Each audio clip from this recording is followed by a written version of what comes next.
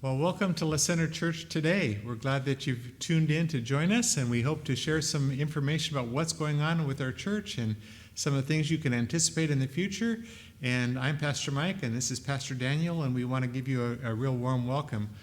Right now, in the middle of this virus thing that we have going on, it feels almost like a death to us. Yes, it does. There's so many things that have shut down and had to close, our church included as a whole. And we look forward to that time when we can reopen and there'll be new life. And so be praying with us on that. And by the way, that's going to be kind of our theme starting around June 21st, from death to life. So be attentive to that. We look forward to that. It's going to be very exciting. So just want to throw that out there. Now, with that said, last Sunday we went through a sermon and it was kind of marked how to identify a fool. And one of the things in this passage it was talking about is laziness. And I just wanted to highlight a few of the things when it comes to laziness. Laziness is, it's a foolish thing to be lazy.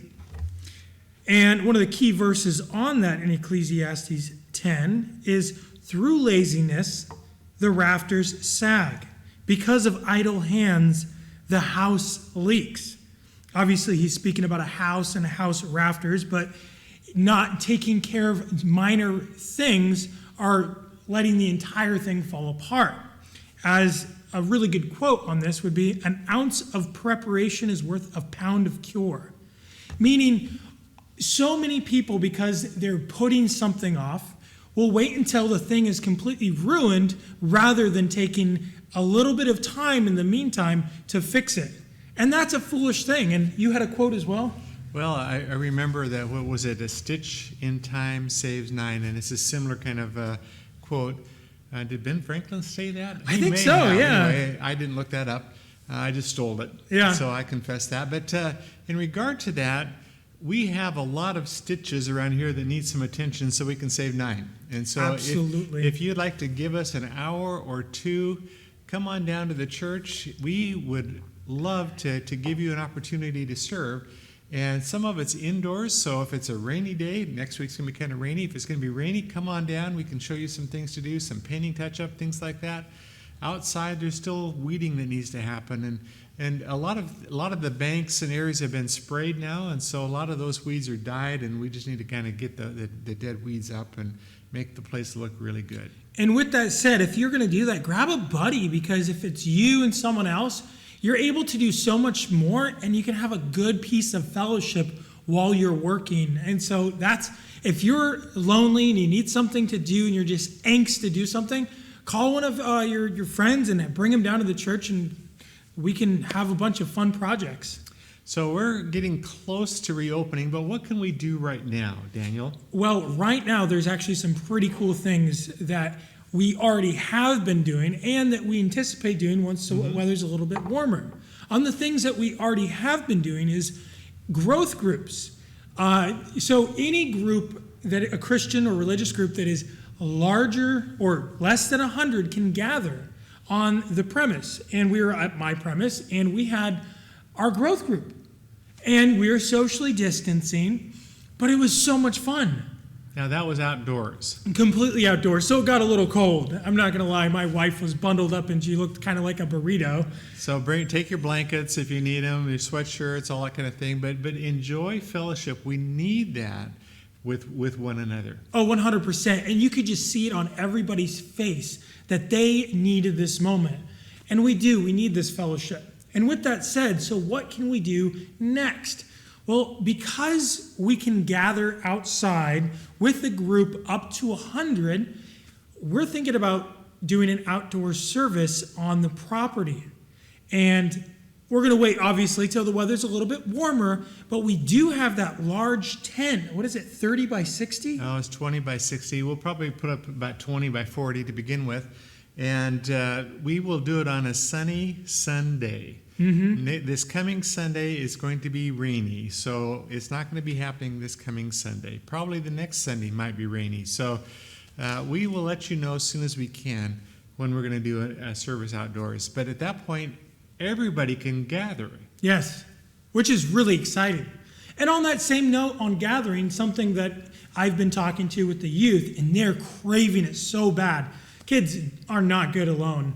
And so we have a Zoom meeting, and that's what we're doing for youth group. But one of the things we want to do next is meet in person. And we're going to apply the same principles, which is socially distancing and doing it outside. Now, today, we're still going to be meeting over Zoom because I'm trying to get as much permission from the parents as I can before moving forward. But if you know a kid that is just going stir crazy and needs something to do on Wednesday, contact me or call the office, and so that we know that they're wanting to be a part of that. You know, a couple weeks back, I guess about a month back since this time, we had a special tribute on Sunday for mothers. And so we asked you to send in little video clips about something that triggered a memory of mom.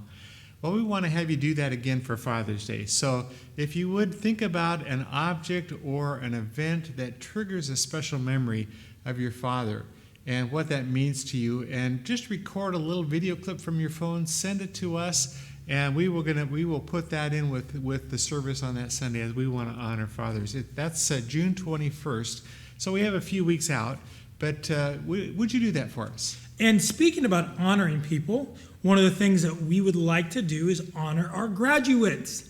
Now, our youth program right now, we have a few high school students, a lot of junior high students, but we only have one graduate. But that you know of. That we know of. However, we want to honor everybody. And so when it comes to graduates, if you have a grandson or a granddaughter that you feel would like to be honored, let us know so we can honor them as well.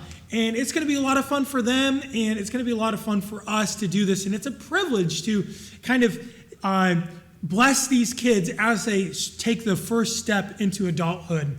So what we'd like you to do on that, again, is if you could videotape or send us a picture and send us a little bit of information about who they are and what they're planning to do after their graduation.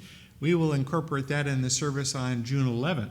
Mm-hmm. And so that's just a couple weeks away. So get on that right away. Now, speaking about what you're going to do after you graduate, we actually have something to offer.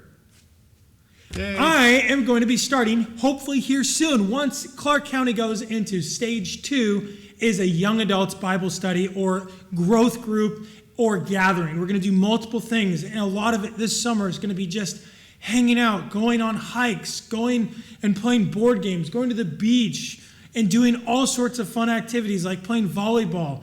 And this is so important for young people because, like everybody else, they're stuck at home. So if you know a young adult that wants to be part of that, hint, maybe just graduated, contact us so that we can get them plugged in. So can I borrow some of that stuff you used on your hair so I could join that group? Anyway. You might need more than just hair dye. Hey, it'd be nice. So we look forward to that event and some of those things happening as a church and that population growing within our community, which is pretty neat. Next Sunday, we encourage you to tune in for our service because we're going to start in Ecclesiastes chapter 11. And the theme is going to be all about moving from fear to action. And the writer Solomon describes about trees falling and rain pouring and people being afraid to go out and do anything because of all these disasters that are happening upon the earth. Mm-hmm. But he says if you do that, you're never going to get anything done. So we have to move from fear to action.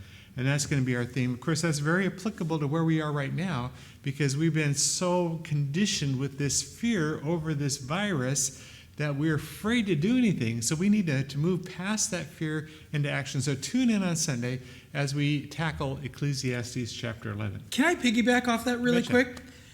I just have to say, Ecclesiastes, this series, has just been so applicable to everything that has been going on throughout the last 6 months. And so that's one of the blessings about going through this study is it's been predicting and actually giving you guys a little hints on how to act during times of crisis. And so tune in this Sunday for another incredibly applicable message.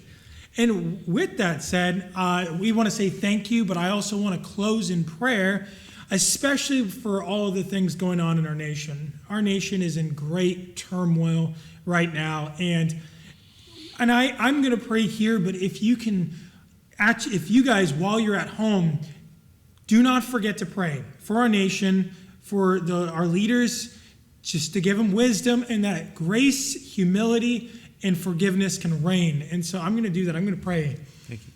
Dear Heavenly Father, thank you so much that you are a God who sits on the throne and you know everything.